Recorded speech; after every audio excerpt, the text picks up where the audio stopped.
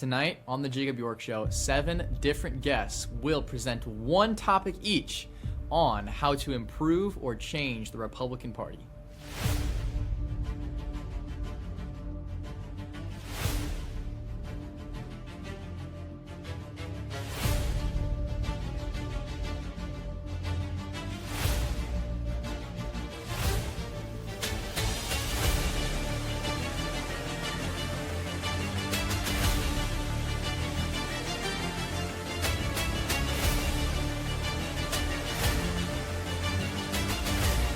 Ladies and gentlemen, this is the Jacob York Show. The background you're talking about. It's never about fight, it's all about pain. More work to be righteous. It's way harder to be righteous than to say.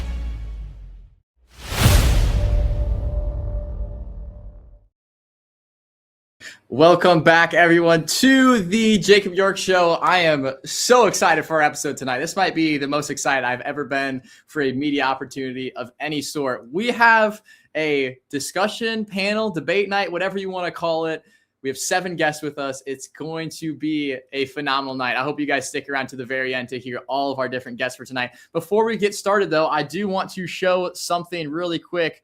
We finally have official Jacob York Show merch. Okay, you guys got to visit the faithstrength.square site to get your official Jacob York Show merch. We I personally partnered with a guy from school that I go to, and he wanted to make some merch and help each other out. So faithstrength.square.site to get your shirts, get some Jacob York Show shirts, get some patriotism shirts, some Christian shirts. It's gonna be a good time. But without further ado, let's not dilly-dally. Let's get down to the debate night. I'm gonna introduce our first guest, who is Ryan Van Slingerland. Ryan is an entrepreneur, producer of the Benny Johnson Show, and official Turning Point USA personality and Pick Up the Mic speaker, and the founder and president of the TPUSA at George Washington University. Ryan leads the only TPUSA chapter in the heart of our nation's capital, keeping Charlie's legacy and beliefs alive in the halls of Congress and the White House. Ryan has been a proud American and Floridian since he escaped communism in Canada in 2018. For the record, Ryan wrote that last part. I did not. But Ryan, welcome to the show. You've got 14 minutes. Use it, or 15 minutes. Use it wisely. First minute's yours to discuss the topic, and then we'll start debating after that. Thank you, sir. Happy to be here. So my claim is that I'd like everyone to think back to 2024 when Trump was running for Trump 2, and think back just to the energy that we had in the movement. We still had Charlie with us. We had all these other big influencers from all over the parties, like Tucker, Ben Shapiro, Megyn Kelly, etc. Think back to just how perfect that was. That was when, in my opinion, MAGA was at its strongest, when we were all fighting together as one. So my claim is that how do we fix the Republican Party? By returning to that big tent mentality. And now I know a lot of people like to say that, okay, well, big tent means, compromise. But, that doesn't necessarily mean compromising certain beliefs, because at the end of the day, we are all Republicans. And I think that we've seen under Democrats that adding little labels to every single little group just divides people more than bringing them together. And at the end of the day, we're all Republicans. We're all Americans overall. We all believe in God. That's my claim. All righty. So if you guys want to debate, discuss, raise your hands, and I'll add you to the stage. Let's see. All right. Here we go. I was hoping I was going to be like second in line, not like first. So, and this you're constrained by the 90-second you have to present your case. Are there like principles, dogmas that you would have to say, like, all right, you either hold these or the tent's too big? Like, how do you, with having a big tent, is there a way to gatekeep that isn't exclusionary to the point where you're just losing? Well, I think that I think there are core tenets that we all believe in as Republicans, like freedom, liberty, pursuit of happiness, limited government. And I think if I like using the Democrat Party right now as an example, because they also wanted to be Big Tent. The reason they are fracturing is because they've let these democratic socialists in, but they've broken their one rule that kind of still made at the base of both parties, that makes both parties political parties in America, and that is America. The DSA hates America. That's why you see the Democrat Party's Big Tent fracturing right now. And yeah, I'm not going to speak for people like Tucker or Megyn Kelly, but whether or not they still love America, I think that they do. Otherwise, I don't think they'd be doing what they're doing necessarily. Sure, I don't agree with them on everything, but I think they still have that tenet, which is why there's hope to bring that Big Tent mentality back. So I think having those kind of core beliefs and sharing those core beliefs is what makes the Big Tent feasible. And that's why it worked when we had Charlie. Do you think so? I mean, the Democratic Socialist is actually an example that I would bring up of sort of the opposite, where you have, like, you might call extremist sides of the Democratic Party, but who are winning, who have won most of the, the New York primaries, and who are going now, whether or not they win in general elections, that's to be seen. And that might be more to your point. Do you think that the unification strategy works better for general elections when you're fighting specifically against Democrats or the left, if you want to call it broadly, even when maybe in primary scenarios within the party, the further extreme might actually be more popular amongst the party constituents? Maybe in the Republican Party, I actually liked the people you brought up. Maybe Tucker is more popular than I or you would give him credit for. But maybe if he won a lot of votes. But I don't think he would not win in a general election by any stretch of the imagination. I don't think he's that popular. So do you think that the unification might wait until we're in a general election sort of scenario, or do you think that needs to start earlier as people are primarying against each other? I think that usually this unification comes after the primaries, because again, the primaries are to show all these different ideas colliding. And I mean, if everyone's together as one during the primary, I mean, that is good. If there is one candidate, say for instance, if everyone backed like Rubio or Vance immediately at the get-go during a primary, that would be great. But again, that's not the point of the primaries. Now, and I like that you brought up the DSA thing again and kind of use that to counter. But I have to say, the difference between the DSA winning and say when we won in 2024 is that when we won in 2024, our Big Tent, everyone was there by choice. The Democrats are stuck in their Big Tent with the big bad wolf being the socialists because they let them in and they have no power anymore to kick them out. So they don't have a choice. It is not a Big Tent family of free will, which I mean, makes sense because they're socialists. There is no free will under socialism. So the reason that we had a great Big Ten, why we won in 2024, despite whatever election fraud nonsense the Democrats might have tried to pull or whatever other nonsense that they have up their sleeves, we won because everyone was there by choice and we all worked together. The Democrats are just sticking together because they don't know where else they can go. And there are a lot of them right now who are fleeing either to our side of the aisle or who are staying independent because they don't know where else to go. And they've been pushed to this point. We've seen people, even like John Fetterman, who said he would prefer to support Mike Rogers over Abdul El, whatever the heck his name is in Michigan. So that guy's a whack job. And I think we could see too that sure, the socialists might have the power in the Democrat Party now, but what does that power necessarily mean when you have people on their side of the aisle that are saying they'd rather support the other side than stick with these crazies? So, all right, one more, and then I'll let someone else go. So using some of the candidates that you mentioned, let's say a JD Vance or Rubio. And I'll use myself even as an example. I'll put my cards on the table. I wouldn't support someone like Rubio. So if I were to vote for someone like that in the 28 election, is that a case of like you do have to hold your nose and hit the vote button or write it, depending on what state you live in? Is because that is now we are in the same situation as the Democrats, where the Democrats fear the other party, which is the Republicans, so much for legitimate or illegitimate reasons. That's neither here nor there. Whereas the Republicans fear the opposite, which is the Democratic Party, and both will simply hold their nose and vote for maybe a candidate they don't internally support. I agree with you about Trump in 2024, by the way, because he's Trump. He's an outlier. And I don't know if we have someone currently that's running if we were to start a primary today, that would fit that model. I think there would be a lot of people that would have to sort of like hold their nose and vote come 2028 in order to keep the Democrats out of office. I think Trump was also a different case too, because he was already president and seen still as the legitimate leader of our party. So I think that was what also kind of gave him that edge there.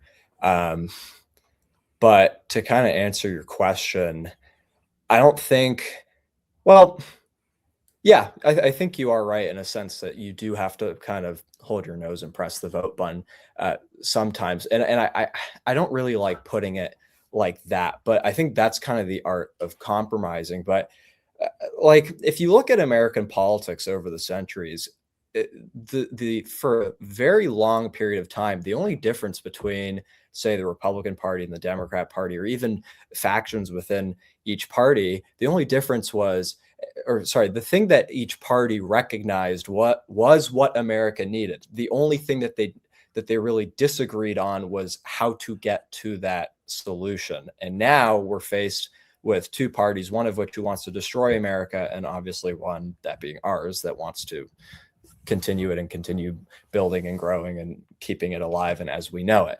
Now, within the party, our party specifically, I think that that goal is still present, no matter which side you come on, whether it was the more moderate side, or if you're the more Tucker side, skepticism. We all have the same end goal, and that is to keep America safe. It is to continue growing America. It is to keep America first. But of course, the thing that we disagree on is how to get to that. So I don't think that necessarily, say if you're either for Vance or for Rubio, if you want Rubio and but it ends up being Vance, I don't think that that's necessarily a bad thing. Saying, okay, well, I wanted this guy, but this is the guy who won, so I'm going to support him, but I see that as a loss. I don't think that's really the case. Again, it's the art of compromise, and that's why we're a party. That's why we vote on these things. And if the majority wants X person over Y, then that's just how it is. And if you really disagree with them, well, I don't know what to tell you then. But there are worse alternatives. All right, that's all I got. So. All right, sorry to cut you off. All right, I'm going to go really quick, and then I'm going to let Carson go quick as well. Okay, here's my question for you, because I think that you touched on a good point. We want, to swing voters. I think Trump did a lot of that because they see how bad the Democrat side is. People see how socialist it's becoming, and then they're starting to put up their vote. Like Bill Maher, he said his vote was up for grabs.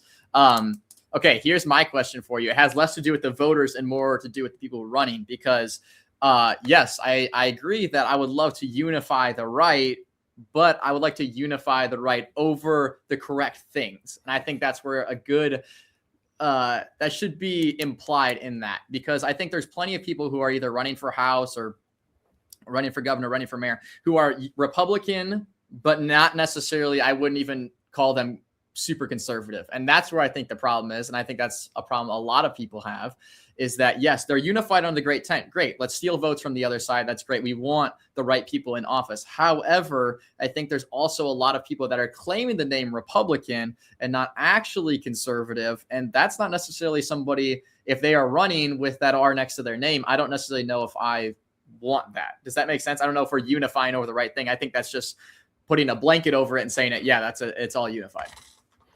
Do you have some examples of that? Like some example people?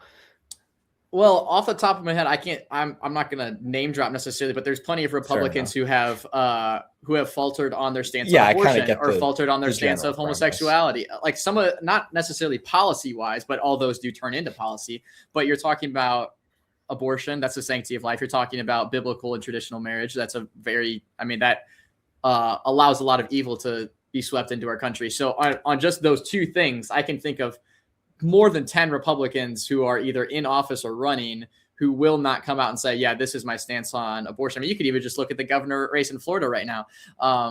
There's people within that race who will say, oh yeah, this is my abortion stance, but I'm not going to do anything about it. No. Okay. No, I get what you mean.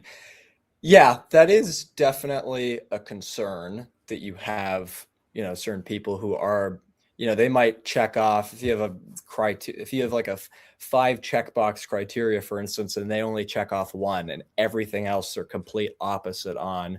Yeah, that can be a concern, of course. And that is why we do have primaries. It is to sift through people like this. Like, for instance, we're not stuck with necessarily, just to go with the Florida example, we're not necessarily stuck with either James Fishback or Byron Donalds just yet. We're still voting on that. And whichever way you might swing with that, yeah, that can determine. And I mean, yeah, it is a tricky scenario. Like, nothing's perfect. And I think that's what people are starting to forget, is that there's no perfect candidate. Yeah, I agree. Period. There never has been. Maybe Charlie Kirk. I think Charlie Kirk would have been the perfect candidate, in my opinion. But other than that, like, Trump isn't perfect either. Like, I'll be the first to say that I love Trump. I think he's done an amazing job, but he's not flawless by any means. No candidate is. So whether they're not flawless in your eyes because you either disagree with them on a policy or they made a mistake, that's just a part of life, and that's just part of politics. Now, yes, there are a lot of people who somehow have slipped into the Republican category, but there's no way we can necessarily block them without, just the simple will of the voter. Sure. And that's what it comes down to at the end of the day. And that's just kind of the harsh reality of, not even the harsh reality, but just the reality of kind of a big tent movement is, at the end of the day, you're going to agree with some people on some things and you're going to disagree with them on other things. And I think that that's something that, Charlie Kirk really pushed, and why the big tent worked under Charlie, because Charlie always pushed this point from day one, from that first campus debate he did, where he said, I don't need to necessarily agree with you on everything, but that doesn't mean that we have to disagree on everything and that we have to be enemies because of that. There's still a way that, we can work together and we can be friends. And that's why Charlie always tried to look for that overarching goal, that specifically being, I love America, and to pull that out of the left, or to pull that out of kind of the more hardliners on our side as well. So that's how the big tent works. Sure. All right. I'm going to take myself off stage. I'm going to let Carson say one thing and I'll let you respond, and then we'll all vote.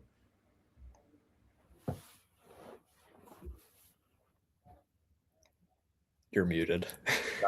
Yeah, I know we're crunched for time. I'll be really quick. I just wanted to push back on a couple of things.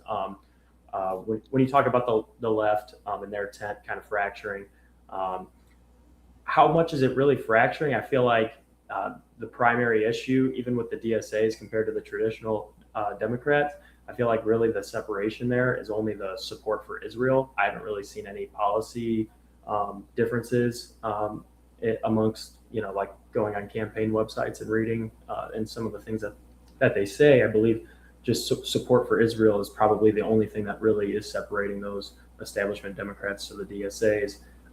So I wanted to push back on the fracturing of the tent of the Democrats. And at the same time, how big does the tent have to be with Republicans, considering some of the campaign promises, even the key ones, weren't necessarily followed through?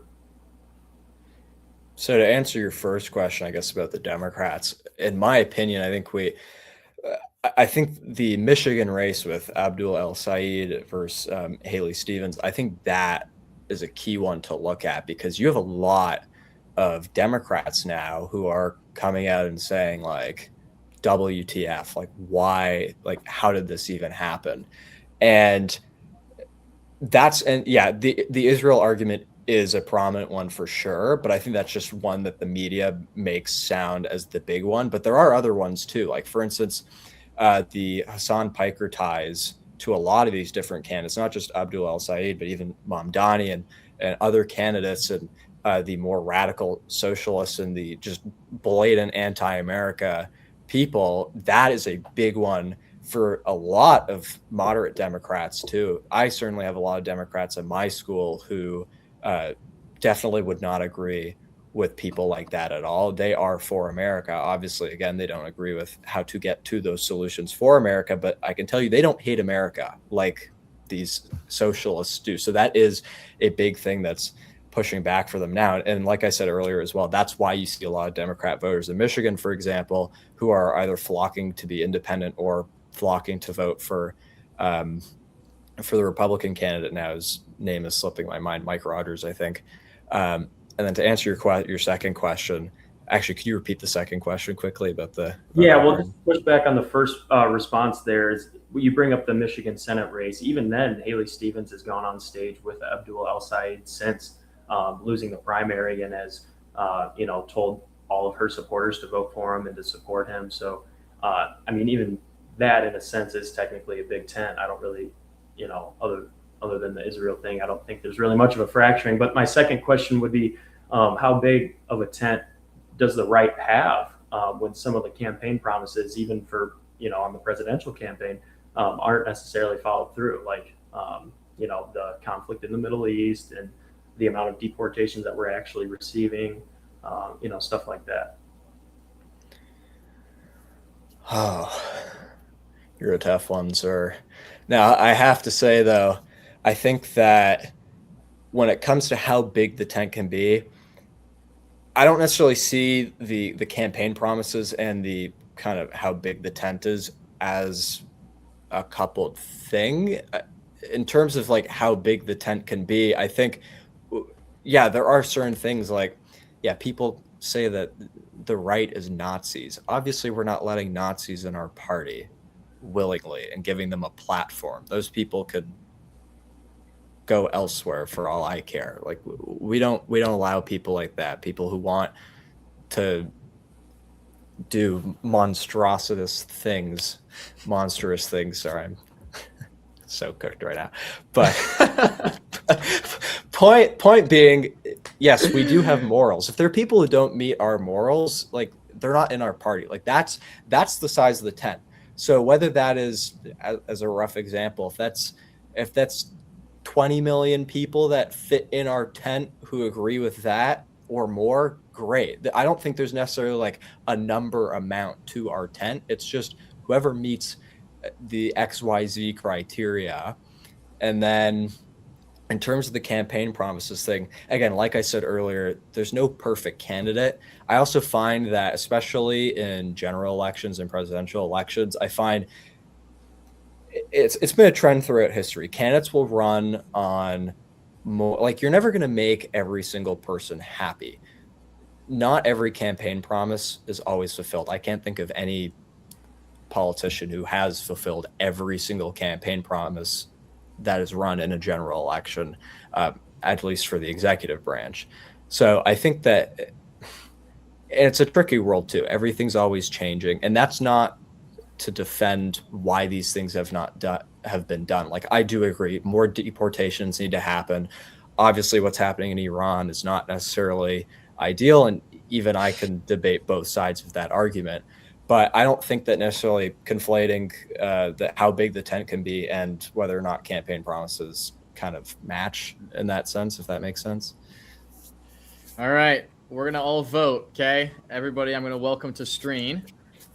We got the whole party now. Got the whole party. All right. We're going to go 1 being extremely disagree and 5 being extremely agree. All right. We're all going to vote on 3. 1, 2, 3.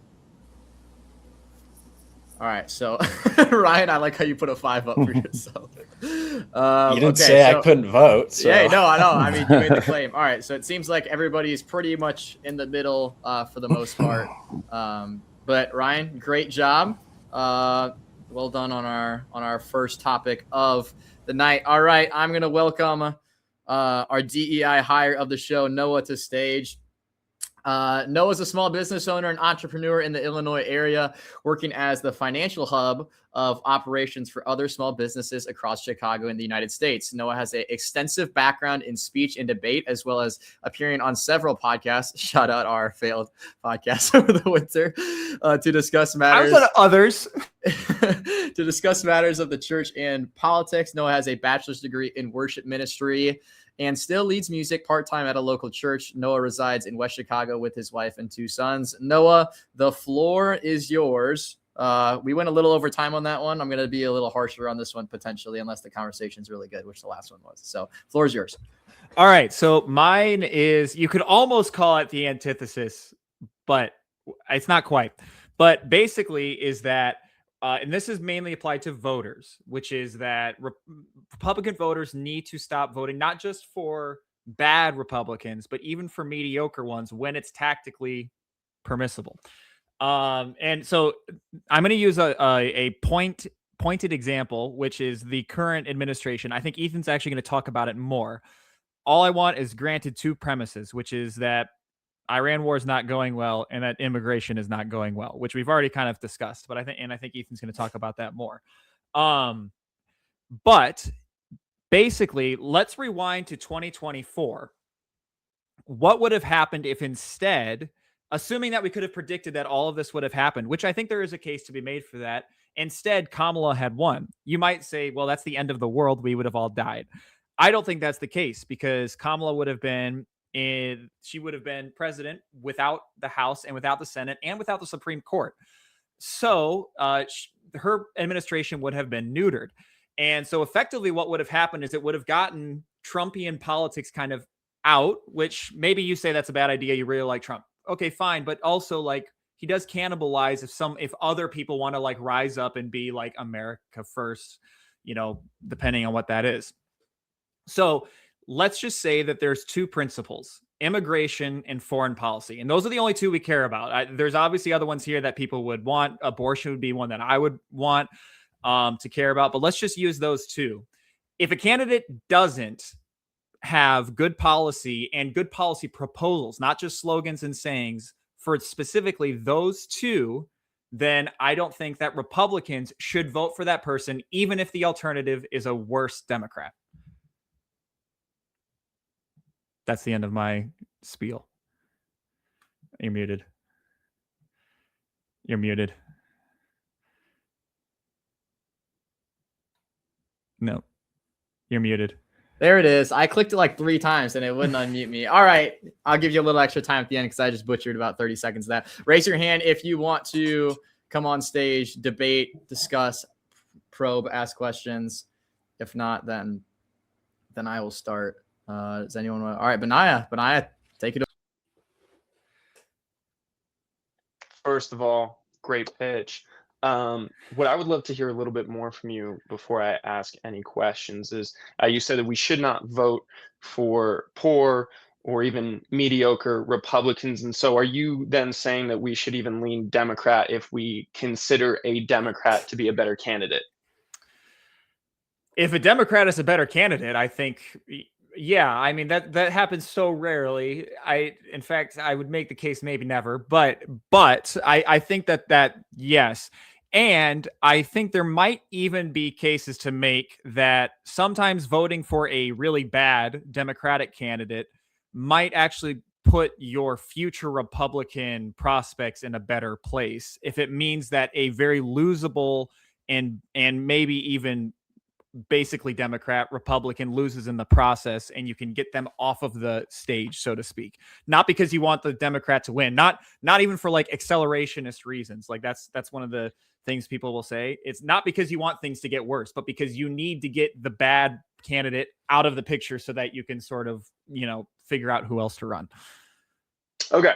I hear what you're saying. And I think where my question comes is when we're faced with this difficult situation of a poor Republican candidate and then a poor Democrat candidate, and I've heard some people argue that in this past election that was the case. I would push back and say that while I may not agree with everything Trump has done, I think he's actually been been pretty solid. But anyways, that has been some people's opinion of the last election. And so my question is to you is, what should we do as Americans when we're posed with this situation? What should our next step be? After or before let's assume that Trump's a bad candidate, whether or not we agree on that, but just for the sake of argument, like before we elected him or after? During the election season, as we're coming to the end of this election, as we're looking and saying, okay, we don't have a single standout great candidate, what do we do?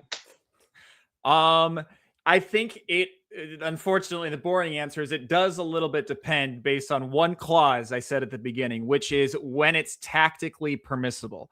So, for example, in this past election, I mentioned this, is that the other side wouldn't have had the Senate, wouldn't have had the House, and wouldn't have had the Supreme Court, which basically means you have a neutered administration. Now, there's still things that could be done that would be damaging.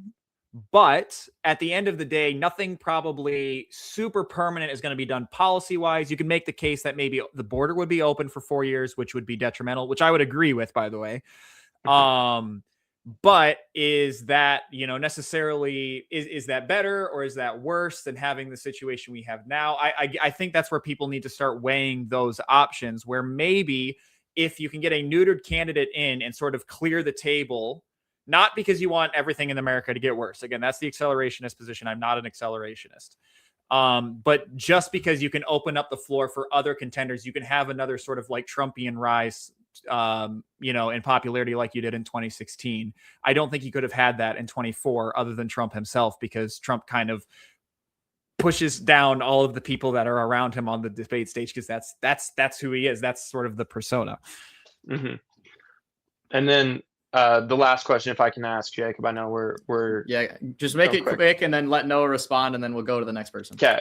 You've mentioned this neuterized candidate, and my question is, if we do that, do we not open the political landscape up for new ideologies and new possibilities, where we essentially remove any momentum we've had previously? Because I think some of what we've seen with democratic socialism is because we had this really poor Democrat candidate in Biden. And so now they're like, we need something new. And all of a sudden now we have socialism. And so my question to you is, do you actually think that is going to be the best way to deal with that situation? Or do you think that could actually open up for a whole new set of ideologies and possible political directions? I'm going to reframe it, because I think it does open things up for new political ideologies, but I don't know if necessarily that's a bad thing. And if, again, I'll rewind now even further than 24. Let's go back to 2016. Like all of the ideas that were sort of establishment or mainstream at that point were bad. You had the neocons who had been in power since 2000 and then who lost to Obama. And then you had Obama in power for 8 years, who was worse than the neocons, because it's the Democratic side of a lot of the same policy, but still the other side. It's neocons, but gay. But what ended up happening is, because you really had kind of nobody good running for the Republican Party in 2016, and that in those primaries, they gave Trump the opportunity to sort of rise and be like, we're going to build a wall and I'm going to make Mexico pay for it, and sort of like no one had really heard rhetoric like that for probably 20 years or so. You could make the case maybe Pat Buchanan was talking about that, but not in the same sort of like direct terms of like, here's how we're going to shut it down. Here's how we're going to do foreign policy. I actually think that that's a positive thing, is that you do sort of get new ideas in, if you think that establishment ideas are bad, which I do. Okay. All right. Thank you. All right.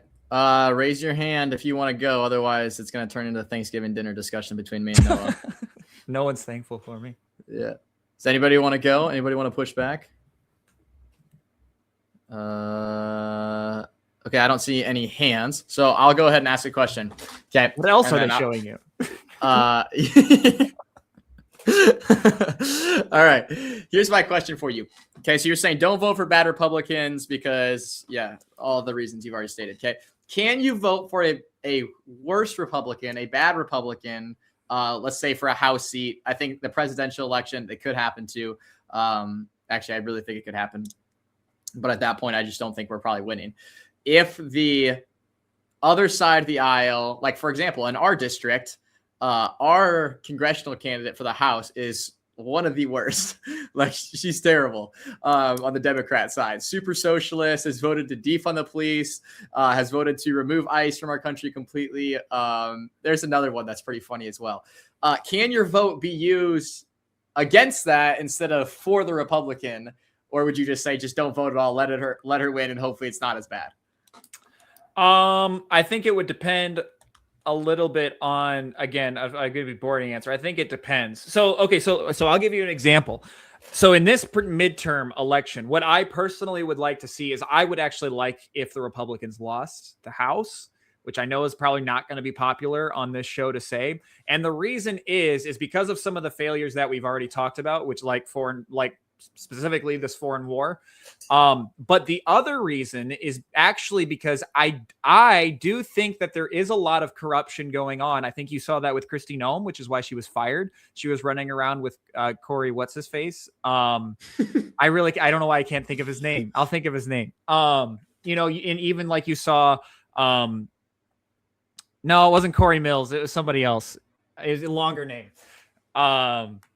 You saw even Donald Trump's sons, they've been the recipient of a lot of federal loans, of a lot of grants, of a lot of things that they probably wouldn't have gotten otherwise. Like that's the definition of corruption. Even Donald Trump himself, like his personal income was $8 billion this year, which is 400% higher than his income than he's ever had in any year prior to that. I think his net worth before this year was Corey Lewandowski.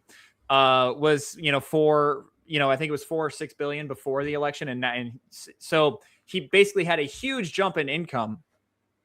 I would like to see some of that probed and taken out and discovered. And the other thing is, and I kind of talked about this when I was debating before, is that I'm not a fan of Rubio and Vance.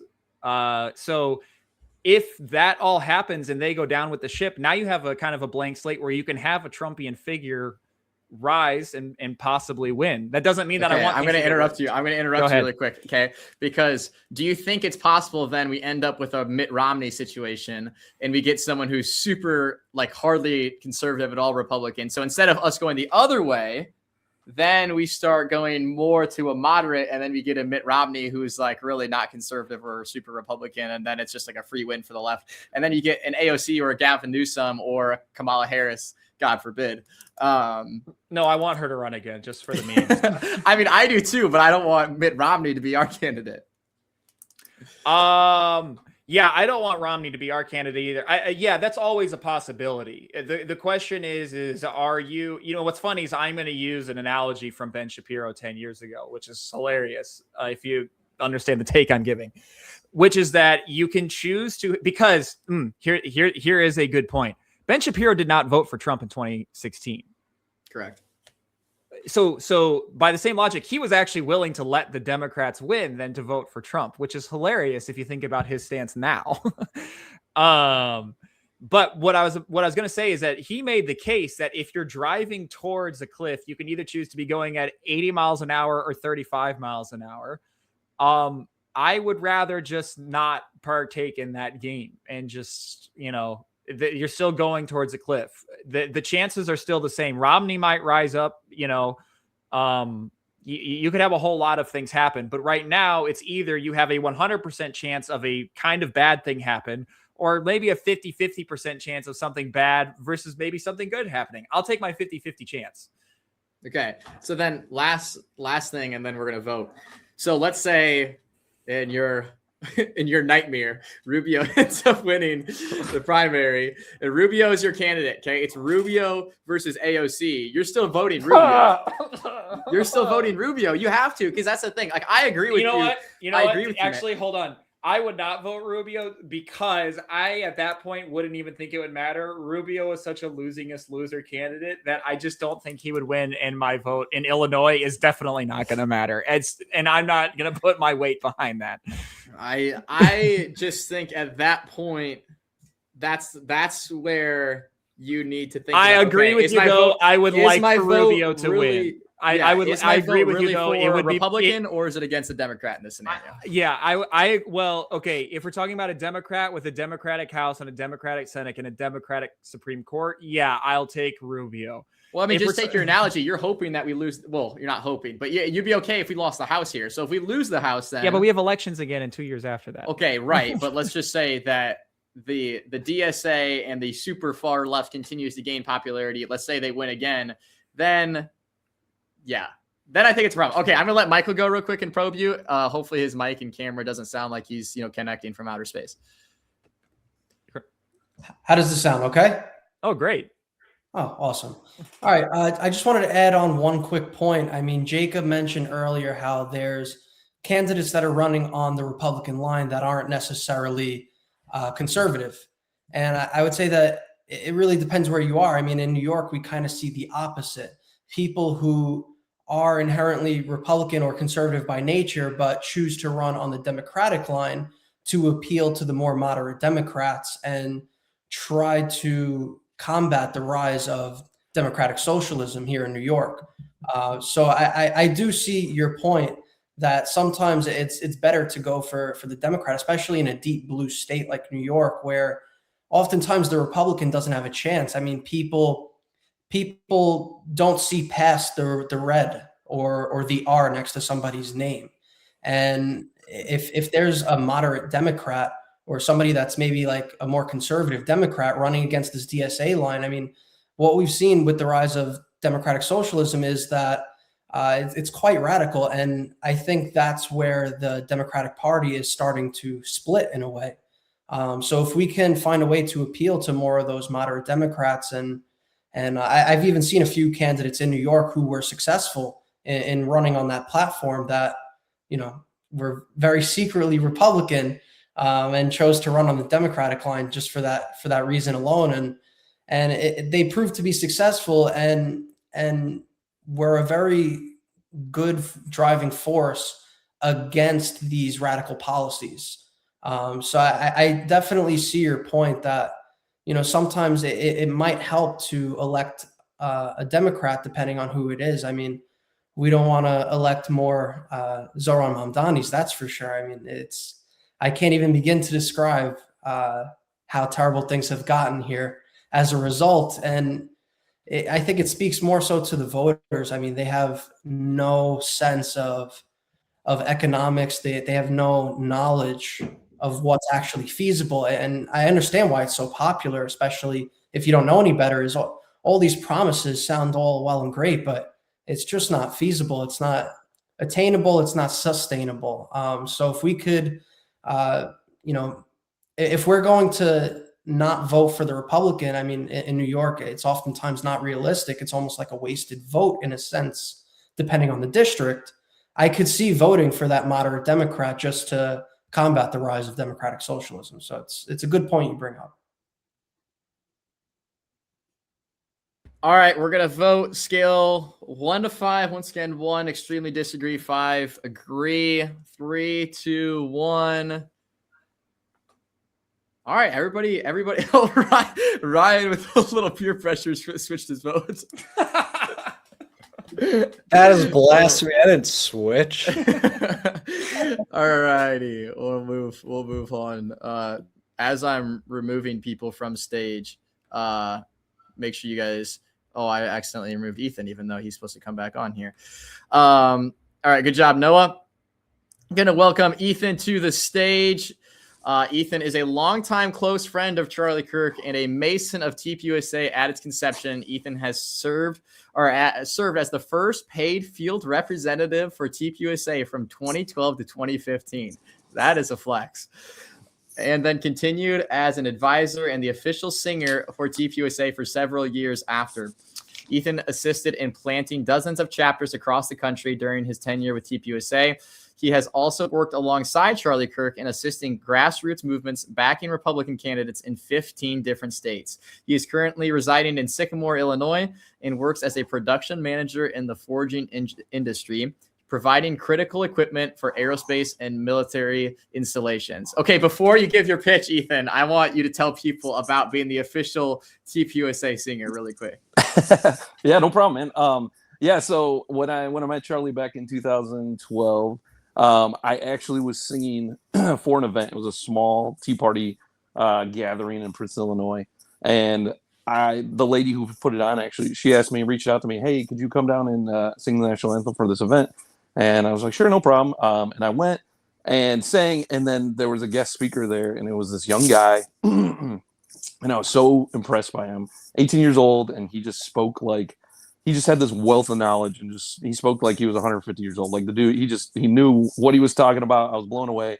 Had to meet him afterwards, and it ended up being Charlie Kirk. And we that's kind of where our friendship started. And he had just started Turning Point USA weeks prior to this event. So he had a very crude little table with crudely made posters and things like that, and pamphlets that he literally printed these pamphlets from his parents' printer at this house. And so we got to know each other, but he was like, man, you got a great voice. I would love to use you at some of my events. I've got some little events coming up. Would you be willing to sing? And I was like, sure, why not? So when I started my employment with Turning Point USA, that was not officially in the employment contract, but it was a verbal addition to that contract that I was going to sing at pretty much every Turning Point USA event ever.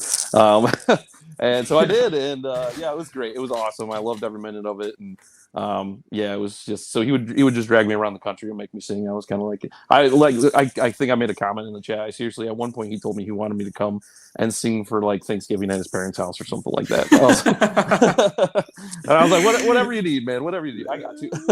That's too funny. Yeah, guys, so I actually had Ethan come speak at my chapter, and we did Q&A for a while. So I'm very much looking forward to this segment, because I think we had communicated over text and over phone call before I had you come speak my chapter. And then I was standing up on stage with you, and I felt like I actually thought I got to know you more on stage when we weren't talking to each other than actually beforehand for the event. So I'm excited. The floor is yours. Thank you. Yeah. Thanks for having me, man. I'm super excited to be here. So yeah, I just kind of wanted to touch on the somewhat of a phenomenon, or this odd time that we're in right now, where we're seeing this rise of independence, independent thinking, or independent, I guess, sort of an independent party, with you got the Marjorie Taylor Greens and the Thomas Masseys and the Joe Kents, people who feel as though they've been kind of jaded by Trump. I think there's this, and this is all total speculation. I do not by any means tout myself as somebody who's deeply involved in politics right now, or I'm not following every little thing that's going on, but this is just something that I've seen personally, and I've had discussions with other people, especially young people. It seems to be this trend that young voters who are gung-ho for Trump, myself included, I've always, well, not always, in 2016 I was not a huge fan of Trump, but I actually voted for Ted Cruz. I was a big Cruz crew guy, but in 2024 it kind of seemed like we're coming off a really, really bad presidency with Biden. Kamala being the next candidate, it was just there was absolutely no way that we could let that happen again. And Trump kind of became this. He already kind of was, but I feel like in the 2024 election cycle, he really was this almost like a messiah for the Republican Party. It seemed like, and he was the answer to everything. And he was running on all these promises and these things, policies that felt like we were.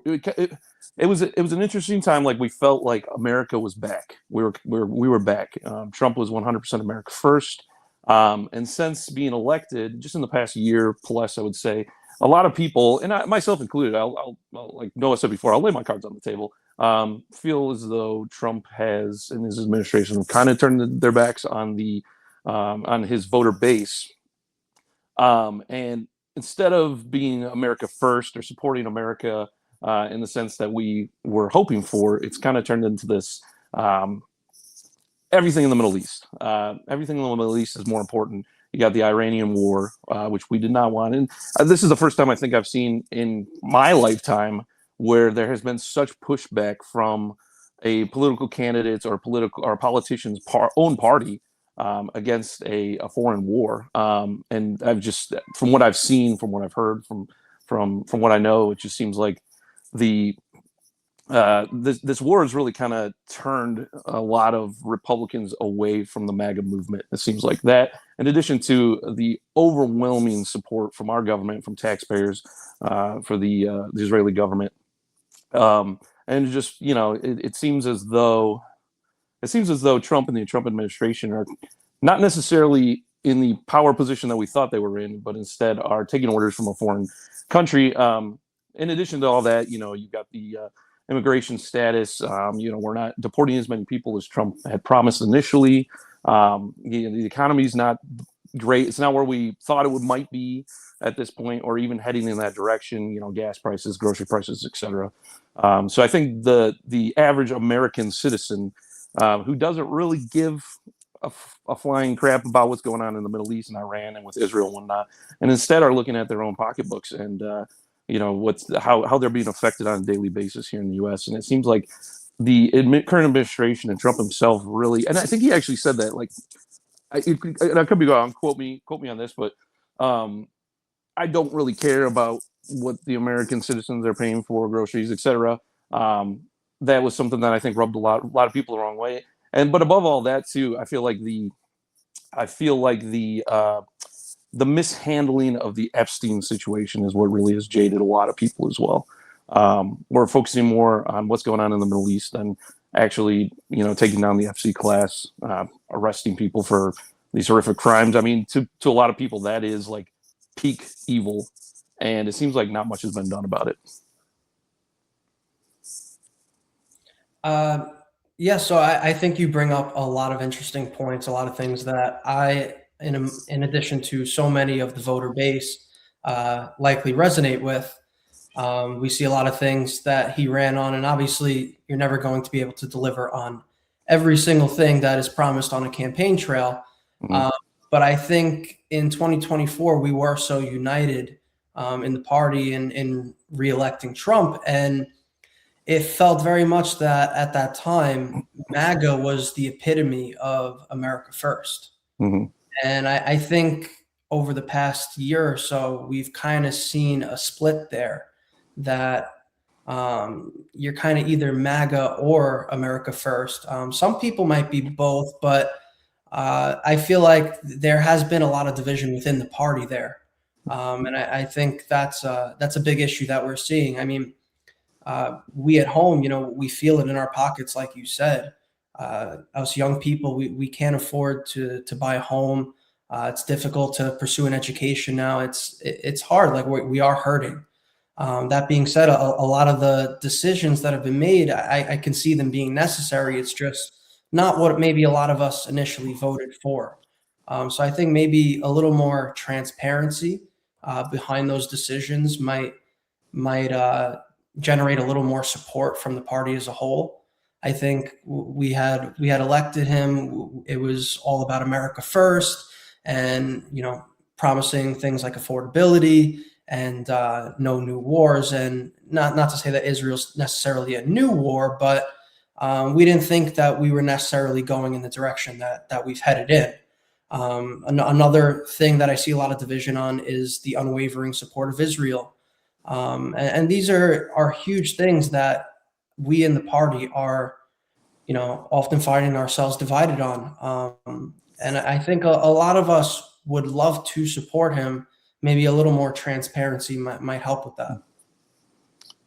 Totally agree. And I like what you just said at the end there. A lot of us would love to support him. Like me personally, I was, I was one of those individuals who, felt like Trump was the only answer this past election cycle. And I really felt like there had been a shift, a change in the wind, that we were kind of coming out of this woke nightmare of the past 10 years and heading in the right direction of America First.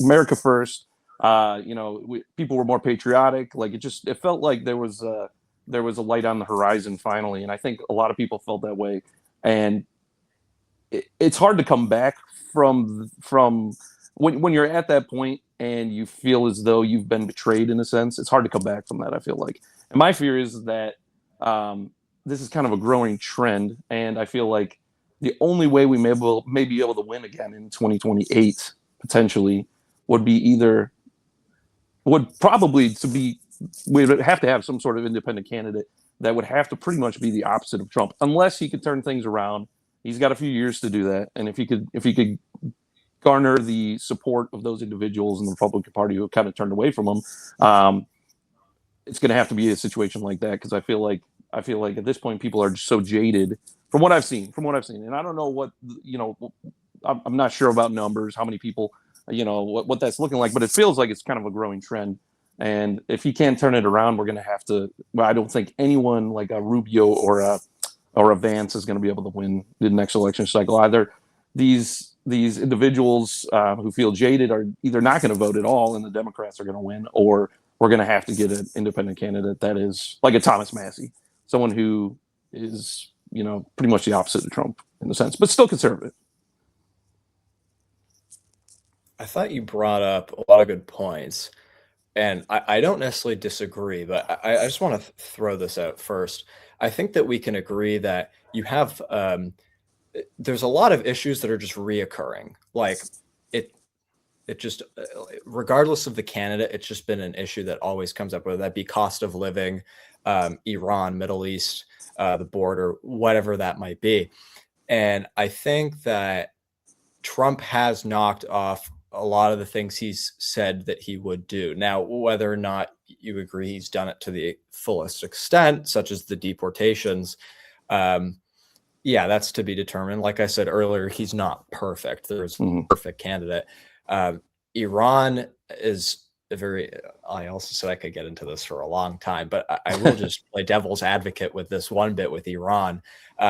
Remove Israel from the equation and just look at it as an us versus them, us being the US and them being Iran.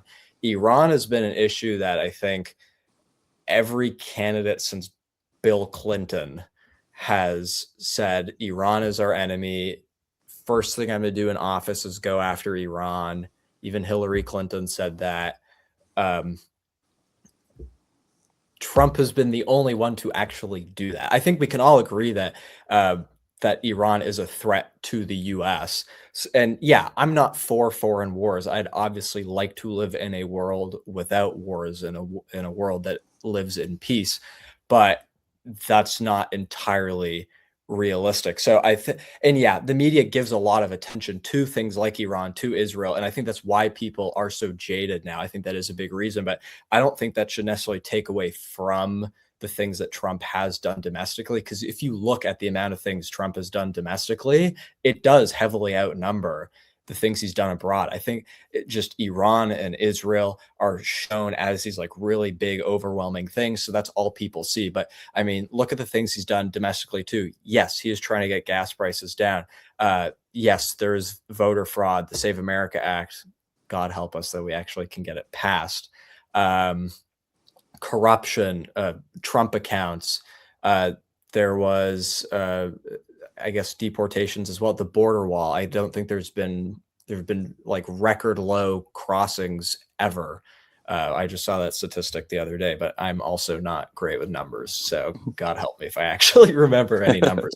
So while I don't disagree with what you've said that people are jaded, I think that at the same time, people need to look more objectively at what the media is showing. Yeah, immigration's down 94%. I think, though, what people need to do as a general rule of thumb is look more objectively at what the news is showing you, but also look at, say, what people are posting on Twitter. Look at what all these other people are posting. Don't just look at what the mainstream media is doing. Because I think if there's anything we've learned from, say, the Fauci thing, that's another domestic thing Trump has done.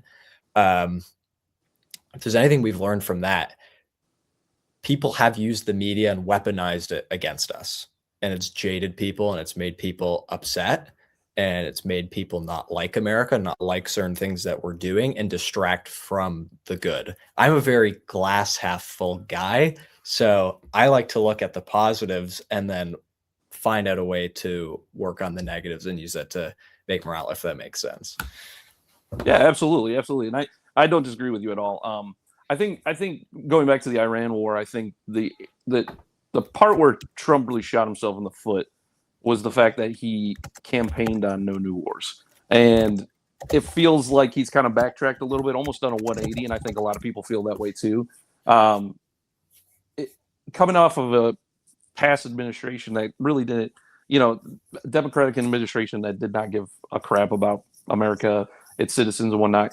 Having Trump come into office, I feel like a lot of people were really kind of feeling like finally we're going to be America first. No new wars. We're going to focus on us. We're going to focus on our country. And at first it felt that way, and it did seem that way. And Trump was kind of following through with that. And then it seemed like he kind of did do a 180, and all of a sudden, boom! Now we're in the Middle East, we're going against Iran, which I don't disagree. Iran has been a big threat to us and to Israel and to the region, and it's something that we've had to deal with for decades now. But I think that's the area that people are focusing on. The fact that he made a promise or ran on that in certain issues, and it seems like he hasn't followed through with that, or he's just totally disregarded that and done whatever he wants or done whatever Israel's bidding is. And so I feel like that's the area where people are really focusing, and that's what kind of has turned them off to MAGA entirely. At least that's what I'm seeing, and that's coming from my own that's fair. Personal, and before I pass it off, that immigration stat, I have to give credit to Jacob for that. Oh, did you pop it in there? Nice. That's awesome. Yeah, well, I agree with a lot of what you're saying. But I think there's another side to it as well that I'd like to explore for a second. Take the war in Iran. The man from my home state, Tim Sheehy, recently gave a speech where he had talked about over the past 47 years what Iran has been doing to Americans, skinning them alive, drilling into their brains on video, like horrible things. And so is what I view going on with Iran right now, and this is my perspective, is that it is not a new war. It is more a climax of the war that has been happening for the past 47 years. But to your point, I don't think Trump has done a good job in his rhetoric of explaining that or explaining the American position.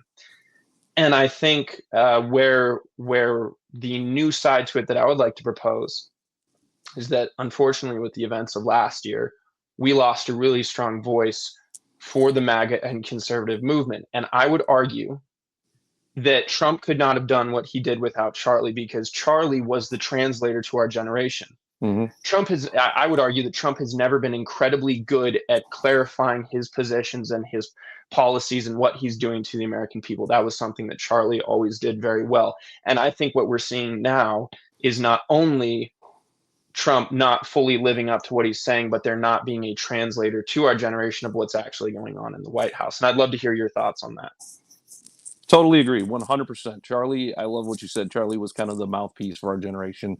He was kind of like the funnel or the filter. You got Trump saying what he's doing, saying what he's saying, doing what he's doing, and Charlie's kind of like translating that for this generation. But now it's almost like, this generation's kind of lost in the dark now without Charlie, because he was such a strong voice for this generation. And I totally agree with you 100%. I think that's a great way to put it.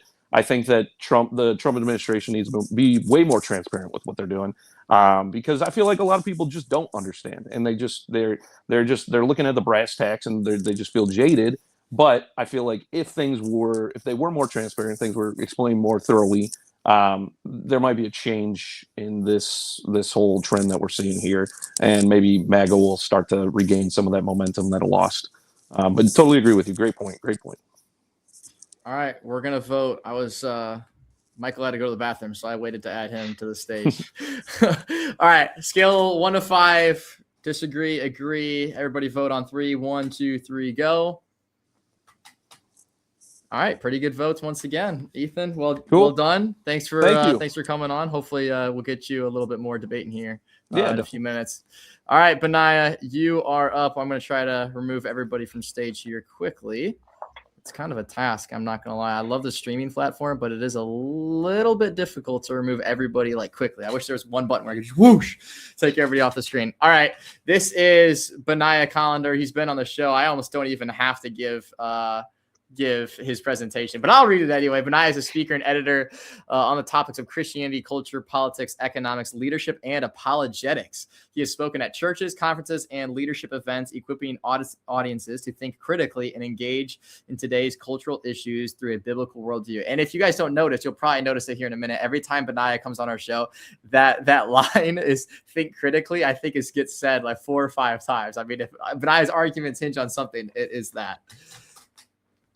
Hey, what can I say? I think it's really important. That's kind of what democracy is formed on, and we talk politics. Yeah. All right, Benaiah. Stage is yours. Take it. All right. Well, I'm glad to be here. I apologize. I don't have my cowboy boots with me today, but we'll fix that for next time. But my position that I want to take today is that we should completely abolish the Department of Education, more than just the recent reductions we have seen, because the Department of Education was formed in 1979 with an explicit goal to supplement the work of the state, communities, and private institutions, along with parents, in the education of students. And I believe that this has been incredibly damaging to the American society and the American youth as we've seen it over the past 40 some odd years. And that is my position. All right. Does anybody want to probe, ask questions to start? Doesn't have to be debate, guys. You guys can come on screen and enjoy and still agree and ask questions. If not, I got one. But if somebody wants to come on screen, raise their hand real quick. And okay, I don't see anybody. So I'm going to ask the first question. I'll get us going. So my question to you, Benaiah, is, we're talking to the Department of Education. It is causing more harm than good in a lot of ways. What is your solution? Okay. We abolish that. We rewrite it. How do we go about that? Yeah, great question. Let me give you a little bit of context to the whole situation. Okay. So, the Department of Education was funded with a few primary goals. Those primary goals being financial aid to students, to support schools, all sorts of different things in that vein. Like, the whole idea was support to students. But it has not accomplished that. Let's take the recent statistics that we have seen. So in 1980, American public schools enrolled just under 41 million students. And by 2022, that number had changed to just under 50 million. So that's an increase of 21.4%. Now, with that, in that time period, it started off with about 4.1 million employees. That number is now 6.7 million. So that's a 63% increase in administration. We're seeing more money go to more administration and more bureaucratic stuff, but we're seeing a less increase in students. So it's 63 to 21.4%. But okay, we can look at that and say, well, is it worth it? I'm going to argue no, because currently we spend $15,000 per student. Like, that's the amount of money spent, and that was evaluated in about 2022. Now, in 1980, that number was $8,000 per student. So we've nearly doubled that number. But in that time, we have dropped from first in our academic success in students all the way down to around 27. I see you have a question. I'll give you the statistics really quick, comparing us to China, who spends only $10,000 per student, and then I'd love to hear your question. So in math, we score 465, in reading 504, in science 499. Now Japan, who spends about $5,000 less per student, scores 536 on math, 516 in reading, and 574 in science. So beating us in everything while spending less. And so I think this is evidence that the system we have now is failing, and we need to change that. And then I see you've got a question. That answered my question. Ryan, take. So I don't disagree with you that we should have limited government. And obviously the Democrats, since the founding of the Department of Education, have been pumping more and more money into it for God knows what reason. So I guess my question for you is, and you clearly know way more about this topic than I do, but I mean, I've met Secretary McMahon, the current education secretary, and I have friends that work in her office. So I thought I should ask a question. My question would be, do you not think that it would be better to have, state rights?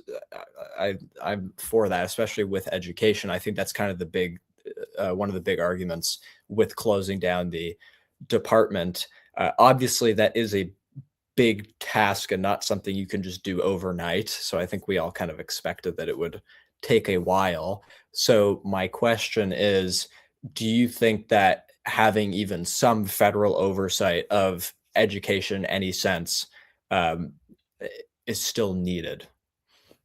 Yeah, I think that's a really good question. I'm glad you bring up the transition period. I think we have to expect that transition period. This isn't like we shut it down tonight, because first of all, it's going to be really hard to pass that in Congress. But like, it's going to be very difficult to just shut that down.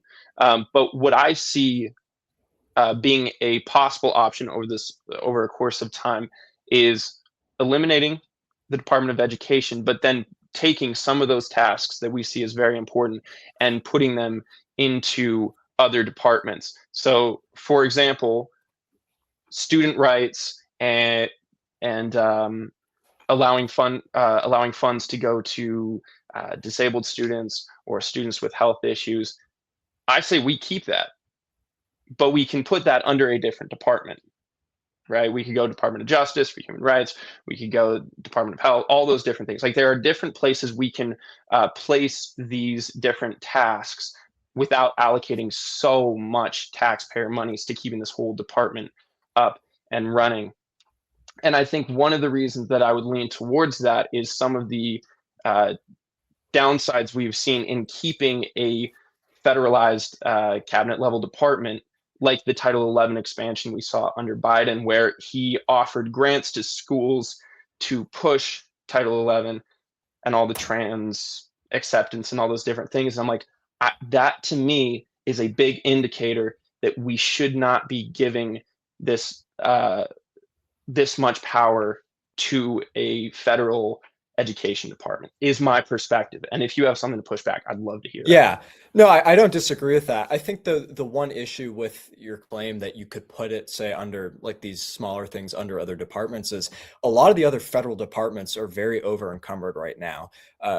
If we look back at the attempted assassination against President Trump in Pennsylvania, they say that one of the I mean, there's a whole bunch of things going on there, but the congressional panel that they put together to investigate it, one of the Democrat reps, Jared Moskowitz from Florida, who actually I happen to agree with on this issue, said that one of the big issues with things like Secret Service is they are under DHS, and there are all these micro departments under the larger department, and they don't get the necessary attention or funding or proper communications that they need. Like, I think under DHS right now, they have TSA, they have the Coast Guard, they have Secret Service.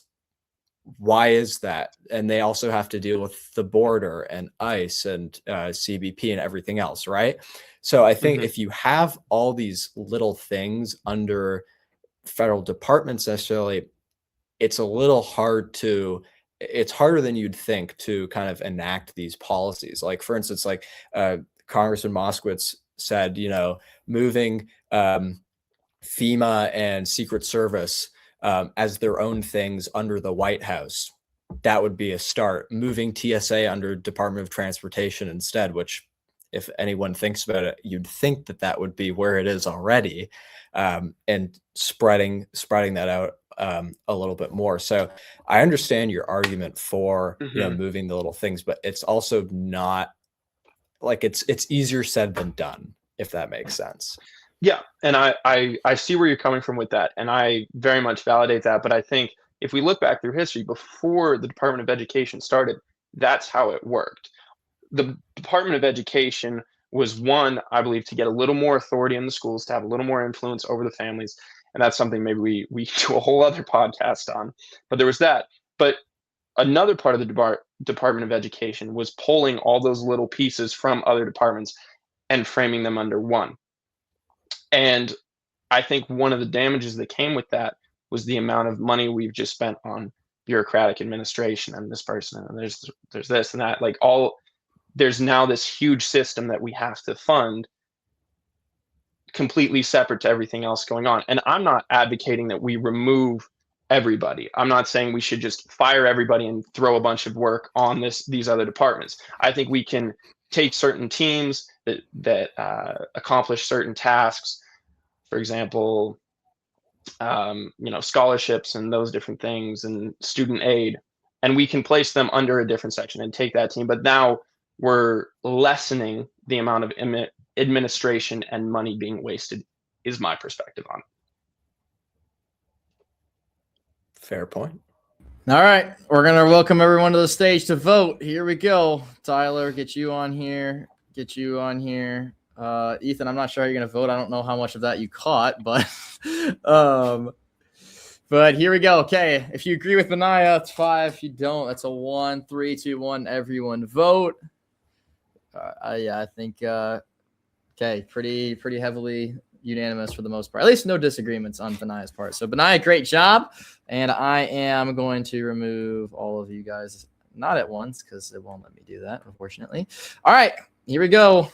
Carson, your time is now. Let me do your little intro. We have Carson Turner. Carson is an Illinois entrepreneur, real estate broker, and founder and chairman of Stars PAC, a grassroots political action committee built to advance America First principles and get the next generation of conservative leaders engaged in politics. Carson has organized candidate forums, political rallies, and interviews with prominent conservative voices, along with grassroots activism efforts across Illinois and beyond. He has made it a priority to elevate the issues facing young Americans, including economic opportunity, government overreach, housing affordability, and the growing disconnect between Washington and the next generation. He currently works in real estate law, and title services, and is also a part owner of a bottled water and coffee distribution company. I feel like that's just like a really random add in at the end, which is like kind of a crazy flex, but cool nevertheless. Carson, one thing I want to say real quick before you go is actually how I met Carson is Carson came to the event that I had Ethan speak at, and then heard my story of getting sent home because of the death threats, and then had me come speak at one of his Stars PAC events. And now I've helped him and gotten involved with the stuff he does as well. So kind of cool how the world of politics moves sometimes. But Carson, the floor is yours. Yeah, thanks for having me on. So my take on how to make the Republican Party better is going to be H-1B visas. I think Republicans, and I talked about this earlier, is a lot of people like to campaign on certain things, but they don't like to act on them. And I think H-1B visas is one of those things. And I have a couple quotes pulled up here. One from President Trump in an interview with Laura Ingraham from Fox, saying that we need them. We don't have the talent. So that's the first quote here. And then my last quote is from Vivek Ramaswamy. He said, "A culture that celebrates the prom queen over the math Olympiad champ or the jock over the valedictorian will not produce the best engineers." And just to push back on Vivek, it's my favorite thing to do. I don't remember the last time a jock spoke at the graduation ceremony like the valedictorian does, and I think it's very rich that he wants to tie cultural things to issues within a country. And this is where, in my clip, I would insert a picture of the sewage issue in India. All right, who does anybody want to ask questions? Go first at all.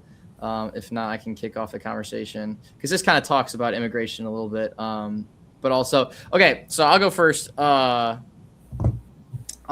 So something that I hear a lot, and I think especially in regards to Trump and in the H-1B conversation, and then also in the immigration conversation, is that it feels like Trump's betrayed us, all this stuff. But can we at least acknowledge a little bit that he's at least done a little bit to help solve the problem? Maybe not. It's not quite where we want it to be. I would agree with you, but he's at least trying. And I feel like there's a lot of Republicans in the House and a lot of Republicans in Congress who are blocking him. For example, in the Save America Act, like that's something that Trump really wants to get done, and it's not getting done. I mean, I even think that you could even probably make the case, maybe not entirely, but I think you could probably make the case that he probably wants to do more with illegal immigration than what's being done right now as well. So would you at all push back on that? Would you say, I think that's reasonable? How would you respond? Yeah, I'll definitely push back. And you kind of took my talking point there. I was going to hit you with the same thing on immigration. We can recognize that, he stopped the crossings on the border. And that's a good thing. It is a very good thing. And I don't think anyone here is complaining about that. But he did not campaign on a handful of deportations. He campaigned on mass deportations, and we're not getting that. And that's going to be the same thing when it comes to the H-1B visa. He has staunchly defended it on Fox News, and then one thing I always like to talk about is follow the money. And someone who is bringing a lot of money to the Republican Party right now is Elon Musk, who, he's done a lot of good things as well. But Elon Musk is a staunch supporter of the H-1B visa, and I believe he has a lot of say and a lot of influence within the administration.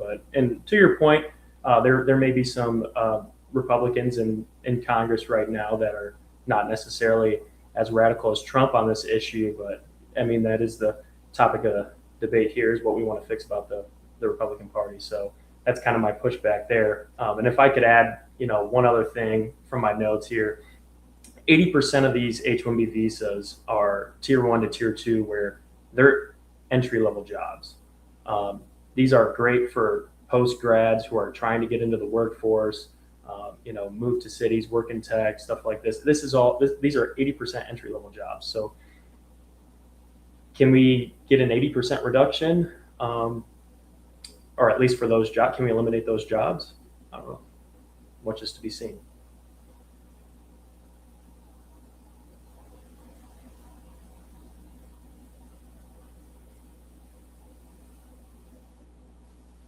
I think you're muted. Okay, can you hear me now? Yeah, I got you. Okay. I do agree with you on your point that, we don't want overseas laborers coming in and replacing American citizens in their jobs. But we are coming from the Biden administration. Obviously, I think there was a 2% denial rate under Biden of H-1B visas. So that was like he was letting in basically anyone.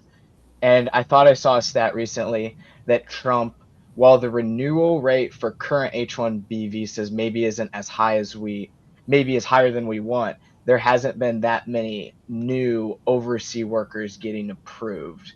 What would you say to that? It's probably a similar thing that I said to Jacob.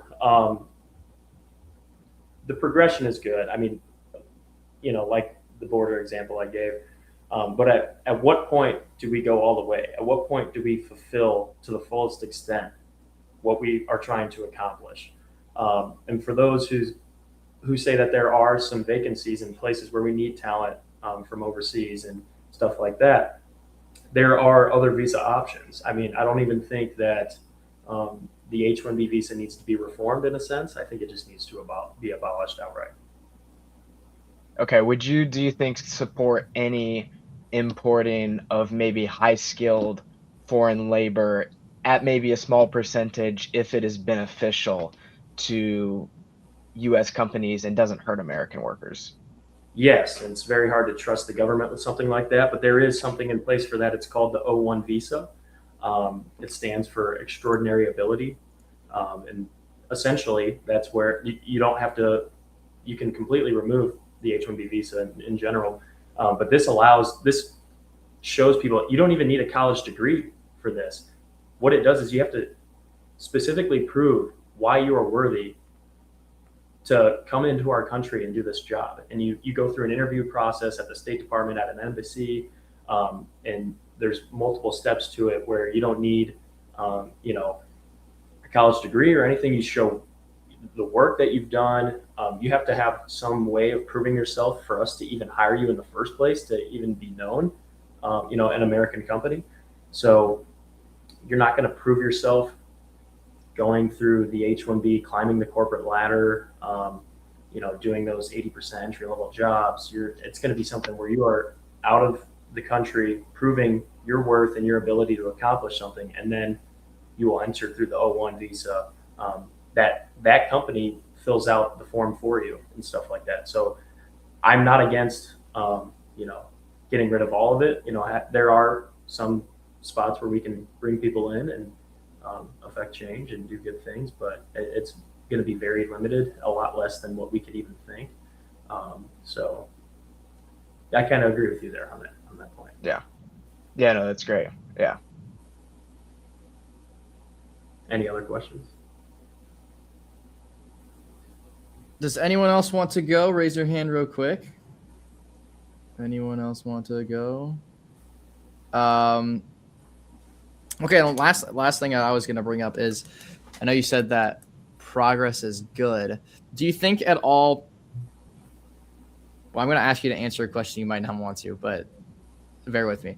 Do you think that it's completely, yes, Trump ran on a lot of these promises, whatnot, but I mean, me and you are aware of how wildly unpopular ICE was, well, from a lot of really soft conservatives or just not conservatives at all, and then everybody left of that, how wildly unpopular something like ICE was, which, granted, I am for deporting all 10 plus a million illegals. I bring ICE back, deploy the National Guard, do whatever. We'll get to that in a minute with Tyler's topic. But do you think it's all Trump's fault, or do you think that a large part of this is just he's trying to get done what he can? Because I'm not the biggest Trump lover, for the record. I think he's got plenty of holes. I think that one of them being the huge Iran conflict in his policy currency. But I think that in some scenarios that Trump has done what he can, especially with types of immigration. And I mean, we kind of already talked about this, but I want you to more talk about less the policy and more like how much it is to blame Trump versus just the way the Republican Party is right now. Well, I blame the entire Republican Party on it. It's not just President Trump. But my question to you is, how do we know whether he is doing everything he can or can't do on the specific issue? I mean, his number one, I don't know if it's his number one donor, but one of his top donors, Elon Musk, constantly supports this visa. And I believe donors do have a say in, they do have influence over elected officials. So are we entirely sure that he is doing everything that he is capable of doing? I mean, look at the work that he did with the Big Beautiful Bill. A lot of good things in there, maybe some bad things in there. Can he push how hard he pushed for the Big Beautiful Bill on issues like this? You know, why does it have to be an omnibus bill every single time? Why can't we just go in issue by issue and start attacking these things? You know, when it comes to not only H-1B visas, but maybe some other topics as well that he's campaigned on. I don't believe that he's doing everything that he can, and I think there's a reason for it. And I think the reason is because of the interest that helped him get elected. All right, does anyone want to go real quick, or we will get to voting? All right, let's do it. Welcome everyone to stage real quick. All right, we know the rules. Once again, I'm not even going to explain them. We're going to vote on 3, 2, 1. And we are almost all in agreement for the most part. Okay. All right, great job, Carson. Well done. Well said. I'm going to mute you really quick, and I'm going to remove everyone from stage but my good friend Michael. It's your turn. Michael is the student caucus chairman at the New York Young Republican Club, as well as the founder and president of the Turning Point USA chapter at Baruch College. Is that how you say that? Baruch. Baruch. Okay. He also serves as the constituent liaison in the New York City Council. Most recently, he was selected to be an official speaker for Turning Point USA, as part of their Pick Up the Mic initiative. I actually had the pleasure of meeting Michael on the Charlie Kirk show, which is pretty cool. And we had a great time discussing Iran, immigration, and dating, of course, which was a blast. But Michael, take it away. Well, Iran and dating, those are some of my favorite icebreakers. But so I'll just jump right into it. I think one thing that has become a big issue in our country is polarization. And while we can go on and on about all that the Democrats do to contribute to that, for the sake of this show, I just want to hone in on the role that the Republican Party plays in contributing to polarization. I think that the way Trump speaks and the administration as a whole can sometimes be problematic. I think that the way he speaks is great for a campaign trail, but once you're holding that elected office, it comes with a certain set of required diplomacy and professionalism in the way you present your thoughts and ideas.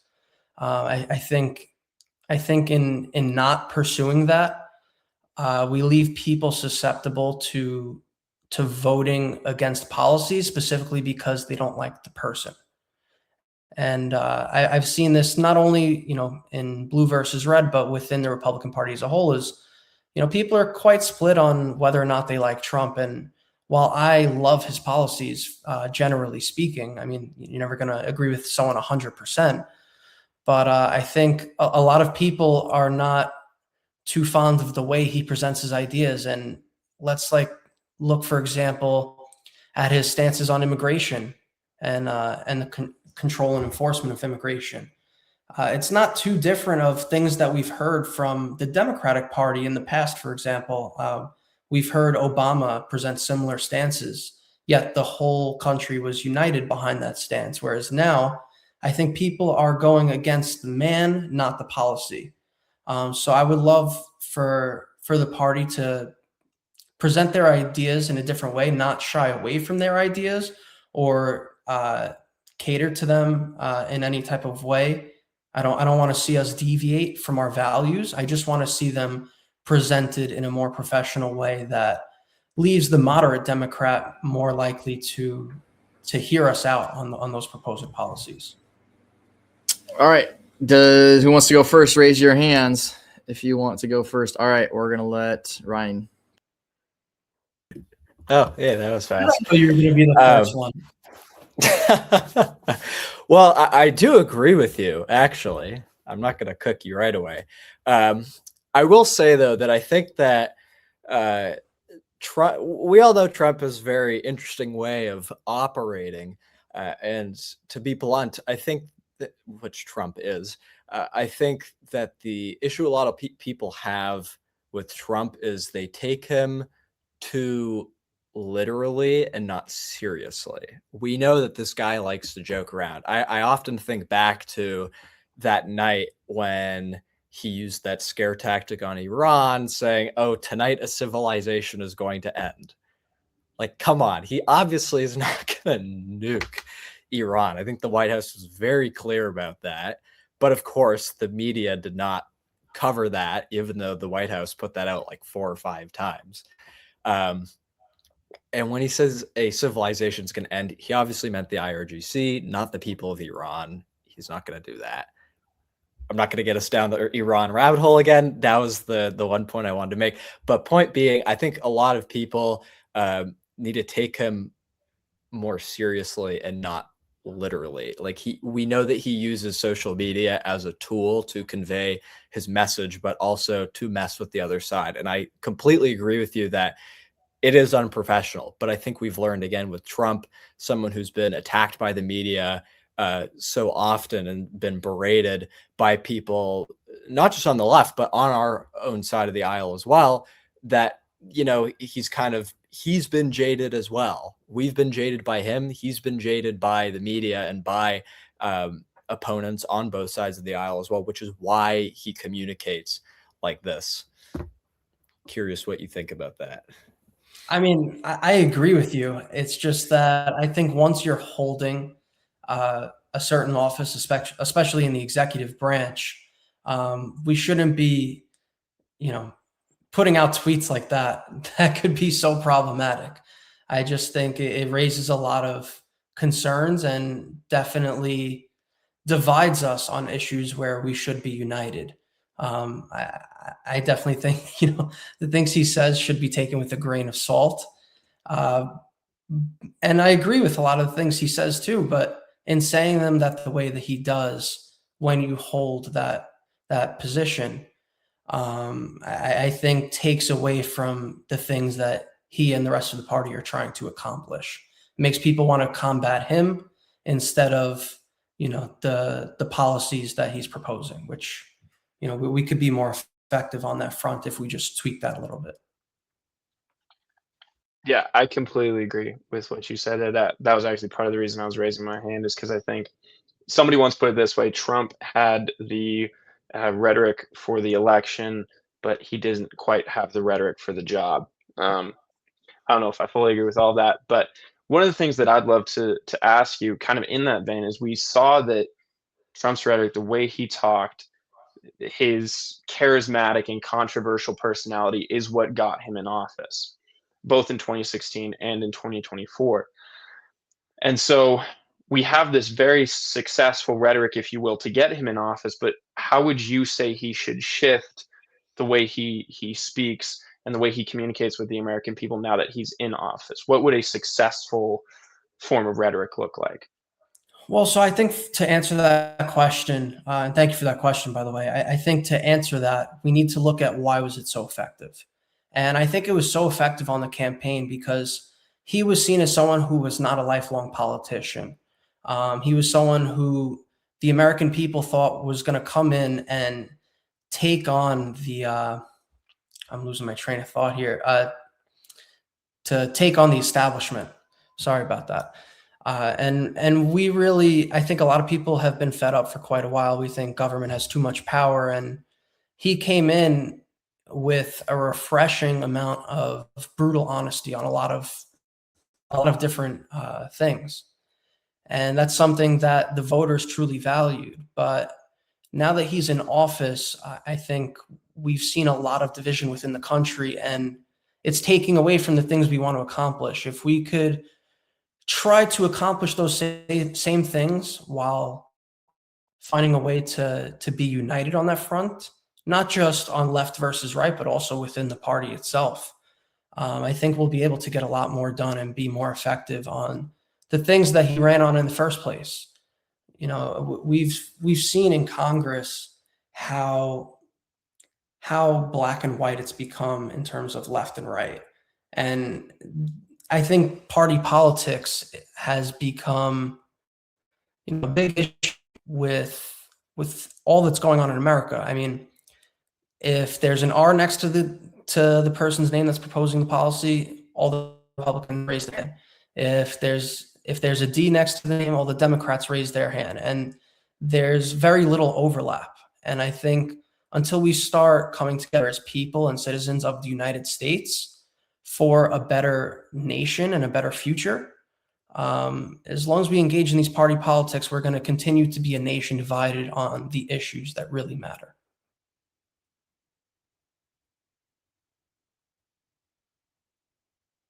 You're muted. Thanks, man. Yeah, great points. Great points there. This is something I've always kind of struggled with Trump ever since 2016.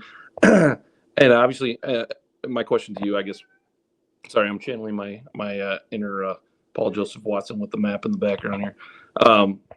The thing that I think turned a lot of people on to Trump in the 2016 election was his rhetoric and his character. Do you think that with this current election or current administration, to your point, do you think that this is going to potentially turn people off to future candidates like Trump, who are not career politicians?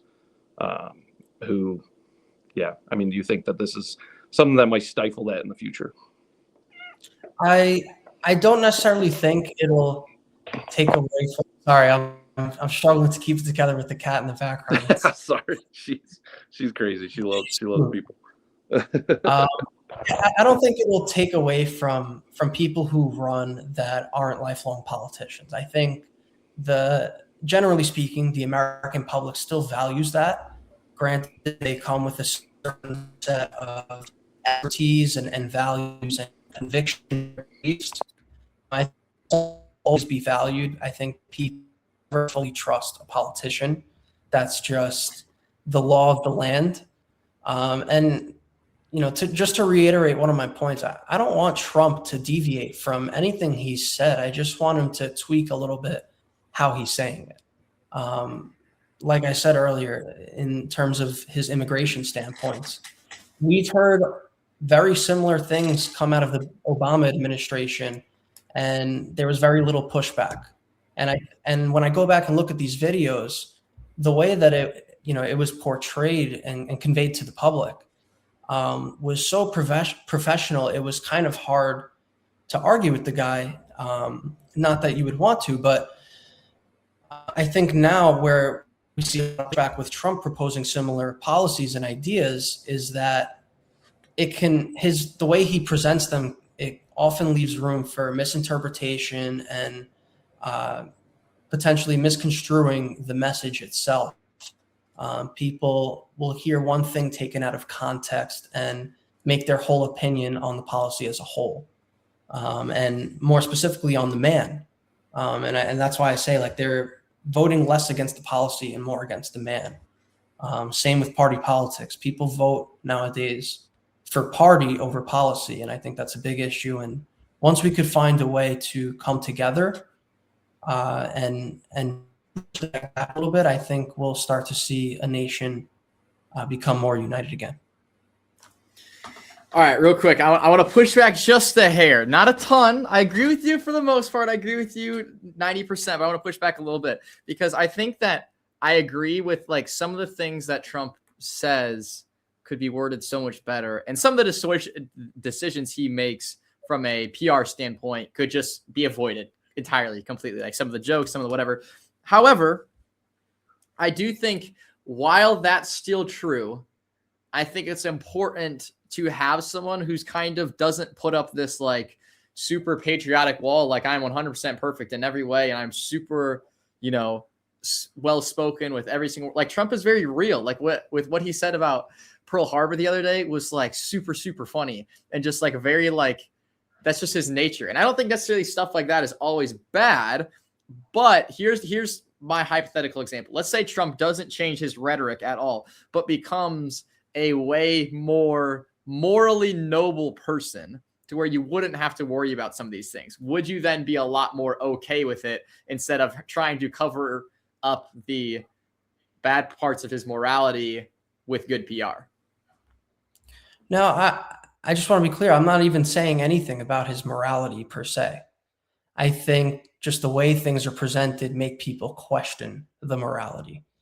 Right. But that's where I was presenting the morality, because I think his presentation would be that much better if he had better morality. Yeah, I mean, I don't disagree. I think, so I'll give you an example. I was listening to Rubio the other day just convey things that Trump has stood on from day one, and hearing it from a different source felt like a breath of fresh air. It felt like something that the whole country could get behind, and it'd be very hard to argue with him because of how professionally it was conveyed to the public. I can't remember exactly, what he said, but it was something along the lines of immigration and also like wars and just a lot of issues that are happening in the nation.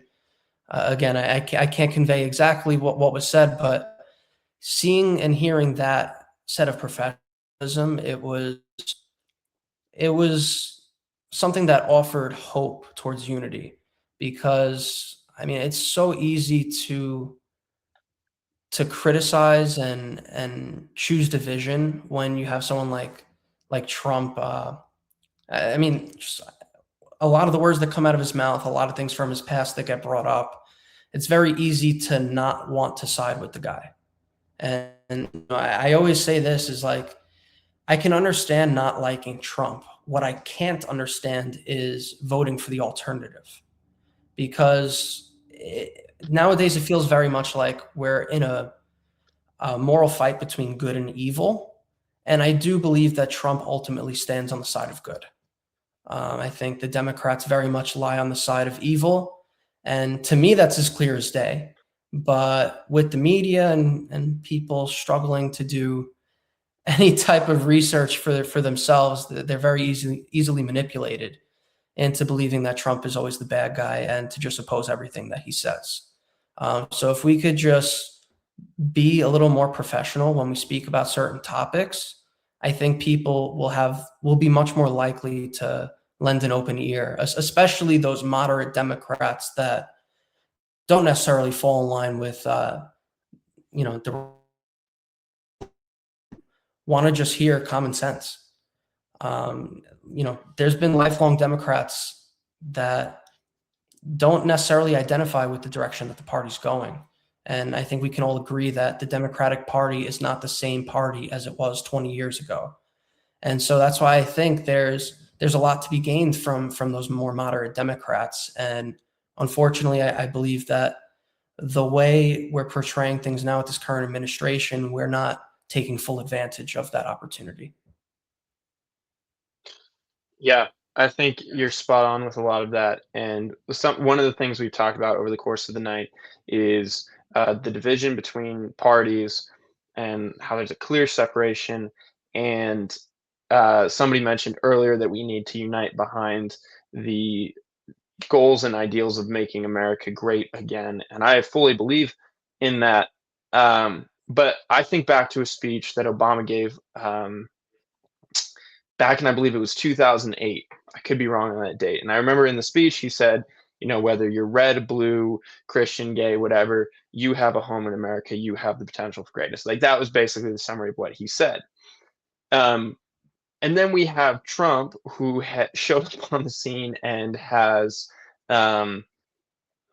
villainized people who identify with the Democratic movement. And so my question to you is, do you think that some of the damage we have seen to democracy and the ability to discuss ideas and to talk policy versus people and party, do you think part of that is due to Trump? And if so, how do you think we can make our way back before 2028?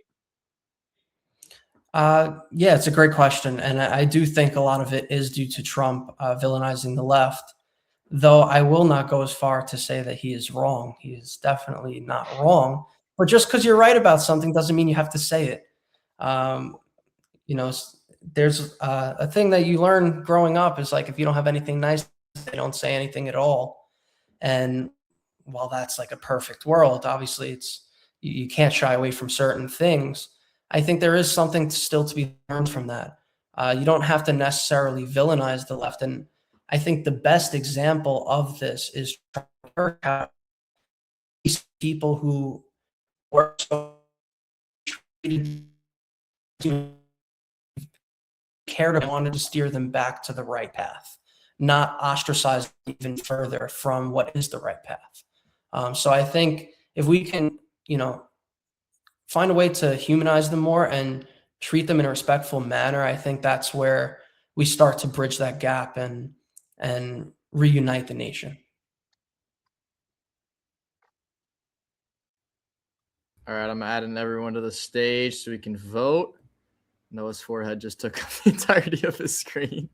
And Michael, make sure you throw some ice cubes on your Dell Latitude 2004 so it doesn't blow up after this. All right, everyone, on a scale 1 to 5, vote 3, 2, 1. Okay. Everybody's 3 or above. I think that's the first one where everybody's been 3 or above. All right, last person. Great job, Michael. Well done. Last person to go, which I think that, to be honest, this might be the most agreed upon one of the night, potentially. Tyler Schappaugh, you're going to take us away with your immigration topic. I don't even need to read Tyler's bio, his little text box that he sent, because I go to school with him. In fact, I'm rooming with him this year. Tyler is not only the vice president of Turning Point at Olivet Nazarene University, he's going to be, well, unless something bad happens, he's going to be the future president of Turning Point USA at Olivet Nazarene. And also Tyler does a lot of work with the Center for Law and Culture at Olivet, which is a non-for-profit which works alongside the school, helps with a lot of legal studies things. Everything you want on a college campus is more or less what the Center for Law and Culture is. So Tyler does a lot of that, and he's also worked with a couple of congressional candidates as well. But Tyler, I'm not going to steal up your time. Take it away.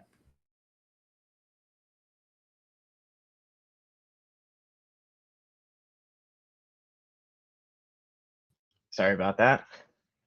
I'm going to be advocating that we should halt all forms of immigration temporarily so that we can get these mass deportations and these illegal immigrants out of our country, because I believe the immigration system as is heavily strained and overwhelmed to where more resources could be diverted to these mass deportations and kind of restoring our sovereignty in that aspect. So yeah, I'm open for any questions and discussion.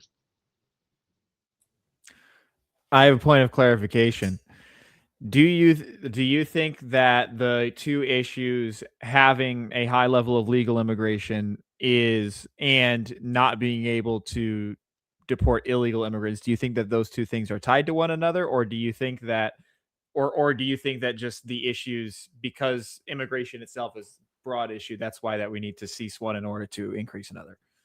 I think because I mean, for a long time, it's always been talked about the immigration system is just so overwhelmed. The courts are overwhelmed. They're backlogged. And I think some of when it comes to deporting illegals, we could focus resources that are going towards the backlogged immigration system, maybe to try to help streamline those mass deportations.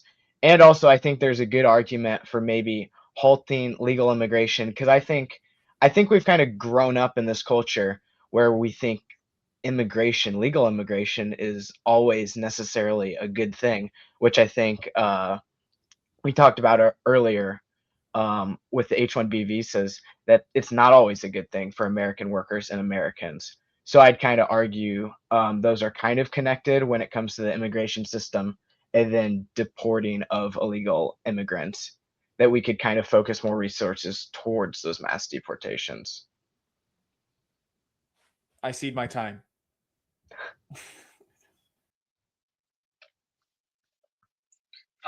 There's no what is it? No borders on stolen land. I completely disagree. I'm kidding.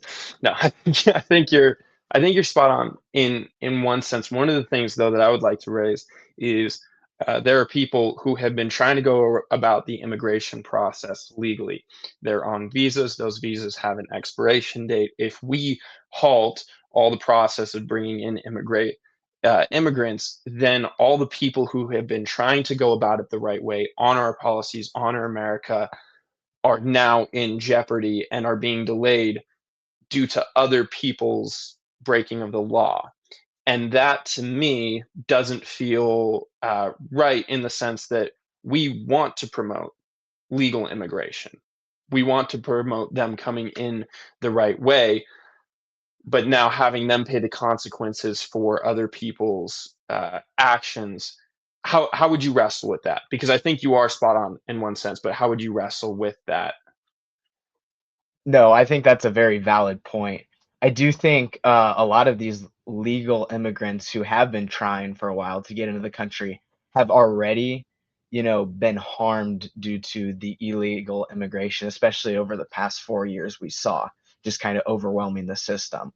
But I think it's kind of a bigger problem is that immigration has kind of, when it comes to policy from both parties, we've kind of kicked the problem down the road and not really fix the root of the problem.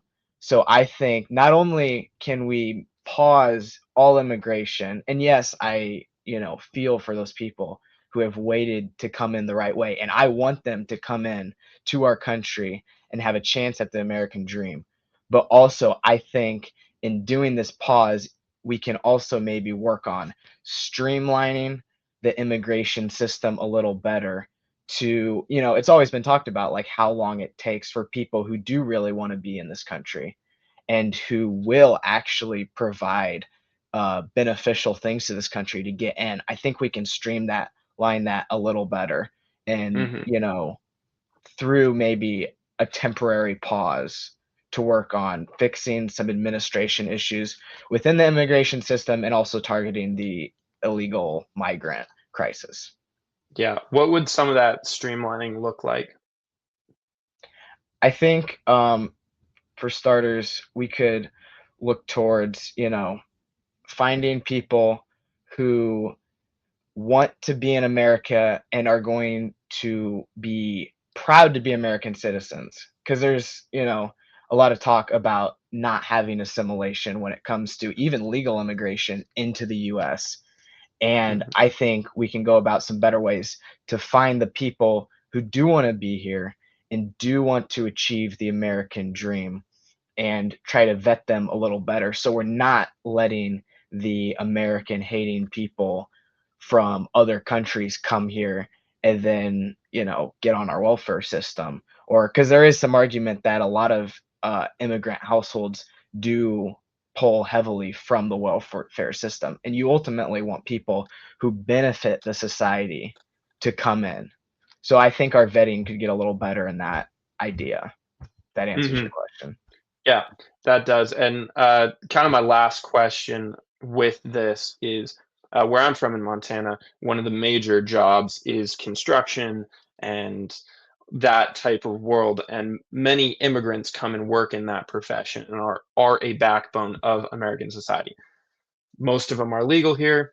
If not, I got ice on speed dial. You know what I'm saying? But my question is, I think there are parts of of our nation where illegal immigrants have formed a strong backbone in those working classes, and unfortunately, they're illegal. And so I believe, yes, they should be deported. But at the same time, we can also recognize there's a housing crisis. We need to build more homes. Um, Prices are shooting up in that aspect. And so with your proposal to really focus heavily on deporting everybody, including those people, how would you go about protecting our need to build more homes and the fact that when we deport that, I think we'll lose 31% of our working class in that sector in certain states? I believe that number might not be 100% correct. Yeah, so ultimately, when it comes to the jobs and stuff, I think that's something we need to then incentivize and encourage American workers, especially those who are, lower class, lower skilled, maybe even on like welfare, incentivize them to take those jobs. And also, I think when I was, reading up on some of this, there's a Harvard economist, I forget his name, but he talks about how when you see massive influxes in immigrants, legal or illegal, into these job forces, it actually depresses the American wages. So I think you could also see a rise in American wages. And then, yeah, I'd argue you'd fill those jobs with Americans and find a way to incentivize Americans to go work there. And then, as for housing, I do think some of the illegal migrant crisis has overwhelmed the housing market. And then ultimately, yeah, we just need to build more houses. I think government red tape is a big thing that has hurt the housing market. And that's more on a local government level and zoning. But you need to allow construction companies to then build more housing for citizens to try to lower the price of housing to be more affordable. Yeah. Well, I think I'll vote for you as president. That was a great answer. I'm gonna let my brother go real quick because he was having a wig out on his webcam.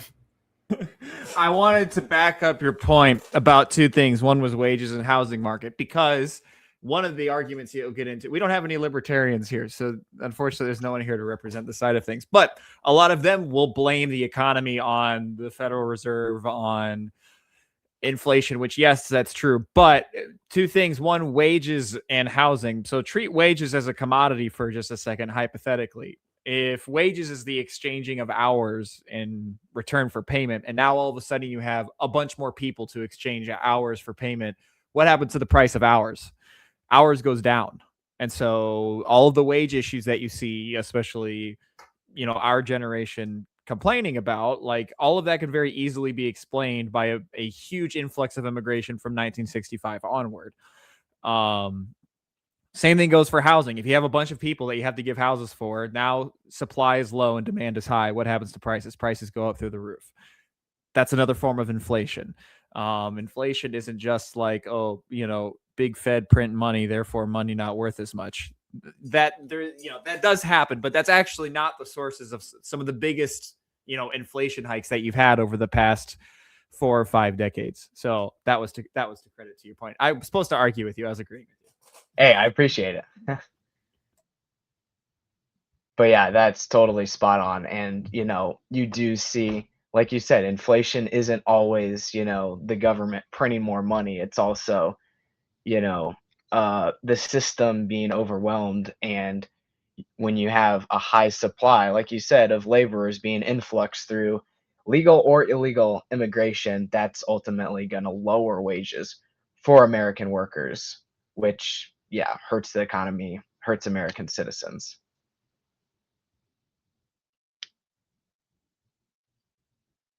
Okay, my camera died, so and it's still dying, as you can tell. All right, we're going to vote real quick, and then that will be the end of the show. 1 to 5, 3, 2, 1, go. And okay, we're our first unanimous. Let's go. Only took all of us to get a unanimous vote. Thank you everyone for being on the show. I'm going to run through these socials really quick. Benaiah Collender on everything, all lowercase, no spaces. Mine's Jacob York 7 on everything. The Old Soul Gentleman on Instagram, also one of the most aesthetic Instagrams I've ever seen in my life. We got Ryan Van Slingerland, all on, yeah, no caps, no spaces, and then real_RV Slinger. That's kind of hard to say. And then yeah, I think I got all of them. Michael, you can shout yours out real quick if you want to shout yours. Or Michael Gianino with an underscore at the end. Yeah, I got it. Michael Gianino _ at the end. Yeah. All right. Thank you, everyone, for being on our first debate panel for the show. It was an absolute blast. Thank you guys for taking your time to come on the show. Thanks for having us. Thanks for having us. It's awesome. All right, I'm going to quickly remove everyone. Thank you guys once again for tuning in. I say this every time, but if you have more topic suggestions, it's a little blurry, but if you have more topic suggestions, please let me know. We're going to be doing a couple episodes soon. We're going to be interviewing some people from the Illinois GOP as well. I'm really excited for that. But then also, we do have to cover the Sophie Cunningham controversy very soon as well. So we'll be digging into that. That'll be a good one. Thank you guys once again for tuning in. Drop a follow, subscribe, share the video. See you guys next time. It was never about Erica. It was never about in whatever way possible, we need Christian leaders who have a good understanding of the Bible, to have a good understanding of what's going on in our nation as well, and then be able to communicate that effectively to the youth at the same time.